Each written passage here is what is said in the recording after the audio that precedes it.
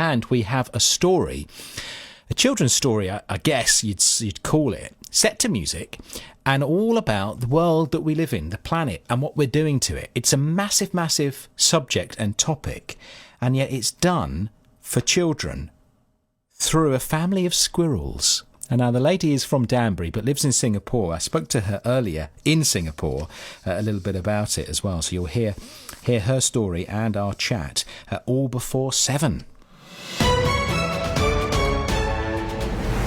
6:30 now, though. Let's get the BBC Essex headlines with Nick Alaka on BBC Essex each evening. Well, the next one I'm going to play for you, it's a story from alakaskinner. Now, Alaka and her husband David are from Danbury, but actually they're now living in Singapore.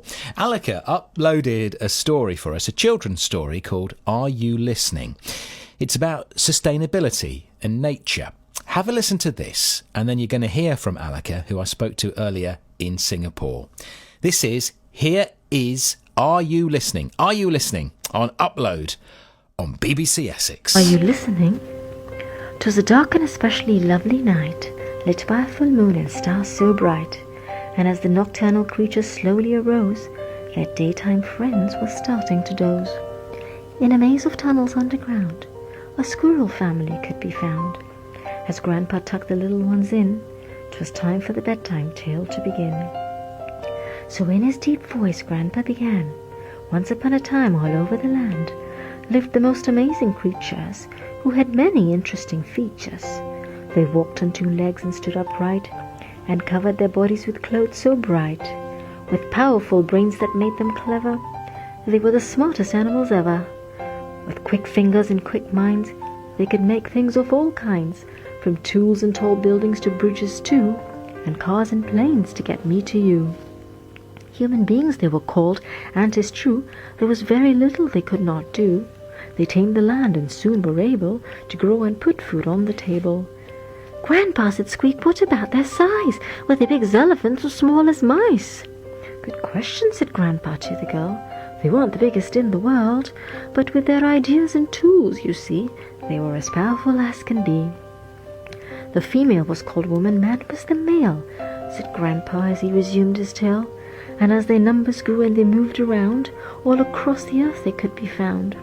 They had children, of course, and as these grew, the grown-ups told them all they knew."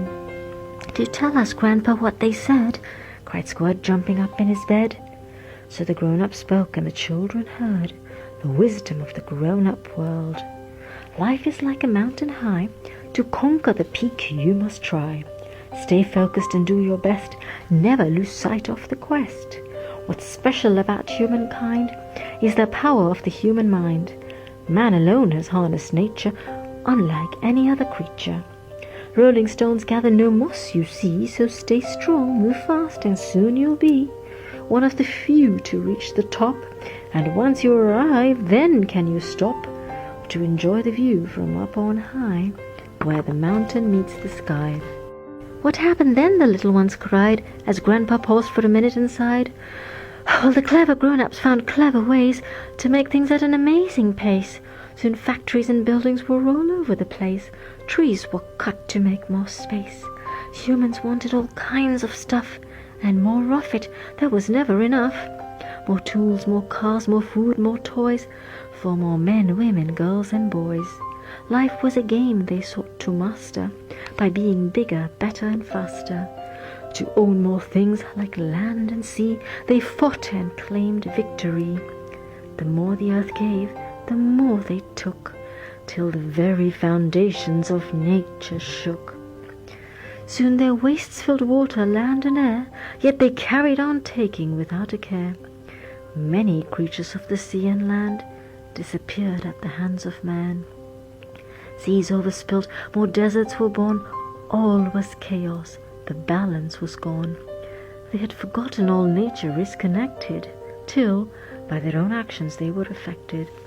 And like other creatures of the sea and land, man started disappearing at the hand of man. But Grandpa said Squeak, squirrels must have survived. We wouldn't be here if they'd all died. Indeed, some creatures that weren't too big, some that could fly, others that could dig, like moles, rats, and birds too. survived, as did squirrels like me and you. As for the humans, there is more.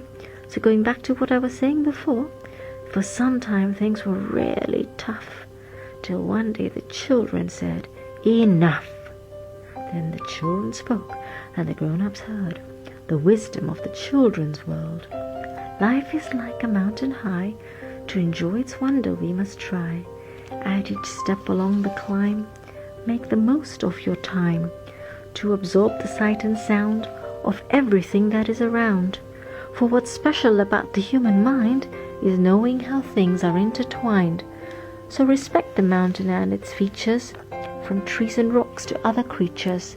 Strength lies in being willing to stay, to help other climbers along the way. Whatever your path, whichever your peak, from the journey comes the joy we seek. Then Grandpa stopped again and said, "It's late, it's time you went to bed." "But Grandpa," squeaked Squirt, "before you go, what happened to humans? We must know. Was it too late? Did they survive? Were any of them still alive?" Spoke Grandpa, looking a little sad. For a while things were really bad, but a few remained who had found, with the help of the children around, their place in the harmony of the earth in all its majesty. And if you're lucky one day you might spot a human being, though there aren't a lot. For now 'tis time to say good night. Rest, little ones, and sleep tight. And soon on that dark and lovely night, lit by a full moon and stars so bright, in a maze of tunnels underground, 2 fast asleep squirrels could be found. Isn't it lovely? Well, Alaka now lives in Singapore, although many of her family and friends are still here in Chelmsford. I spoke to her a little earlier and asked why she'd chosen to tell such an important story through the eyes of a family of squirrels. Well, for a number of reasons, because the theme, nature, comes through as one of the main themes, and the whole idea of man perhaps being very wise in some ways, but maybe not quite as wise in other ways. And so it was partly to bring through the theme of nature, as well as sort of establish that maybe there is something to learn from animals as well. It's beautifully crafted, and I love the way Thank at the you. end it kind of goes back to the beginning with the moon, and it's like a full circle. And Circular, that's right. yeah, it's very, very, very nicely done. Do you write Thank you. many books for children and for this kind of audience? I've done, I think, last count, about 7 of them. Right. And what happens to them normally? Because this one, I think, not only has it been played now across Essex on BBC Essex, but it's being set to animation. That's right. So we actually, the idea was to come up with an audiovisual experience. And so I'd written it, I narrated it, and actually my children helped to do a lot of the illustration. So the animation is very much homegrown and a family venture, if you like. Keeping it in the family. And talking about family, your family is still in Chelmsford, many of them. What made you move from Danbury to Singapore? Work. Yeah. Employment, yeah. And that was how long ago? Oh, it's been a while. I've lost track, to be honest. Yeah. Do you miss Essex? We're actually there on a regular basis, so we missed it this year. Because of the trouble? Yes, exactly. And still, hopefully, I'm still harboring the hope that we might make it before the end of the year, but I don't know whether that's just wishful thinking on my part, but well, let's see how everything goes. Nothing certain, is it, at the moment in that respect? Exactly. Apart from, of course, the beautiful story, I'm just wondering, how difficult it is to write such a complex story. Mankind and the planet, it's big stuff, isn't it? To get that into a few minutes for children, how difficult is that to do? What happens is once I've got the idea or the theme, and I just get started, and this particular one is in verse, right? So when I get started on it, it just it takes on a life of its own. And so, strangely enough, from the conceptualization all the way up to the finishing it tends to take me about a couple of weeks. I'm really in that moment, in that space, and so it's just flowing. The words are just flowing. And I suppose is it a case of putting it down first and then rewriting and tweaking and tweaking? Through a few rounds. That's right. It goes through a few rounds of edit. And for this particular one, it was the basic storyline. I know you talked about how complex it was, but the idea, the driving force was really the sense of, there's a need for a world that's kinder, happier, and more sustainable. And that was the central idea. And then the more I thought about it, the more it occurred to me that actually the key to this, it really wasn't that complex. It was really about listening to the wisdom of the children, because they still know what is important and what truly matters. And while the grown-ups like us, we've forgotten along the way, or maybe just misplaced that knowledge, but we still have it. And we've just been a bit sidetracked by, just getting to the top of the mountain, the race of life. And so if we just stepped back for a minute and just listened to that wisdom, we could get back to a place where the balance is restored. And I don't just mean in nature, but also just the balance in each of our lives. Well, it left me quite uplifted, actually, because clearly there's a worrying side to the story, but it left me thinking there's hope for the future. Absolutely. And it doesn't have to go in that direction if we listen. So it's very much a bedtime story for children and grown-ups, I think.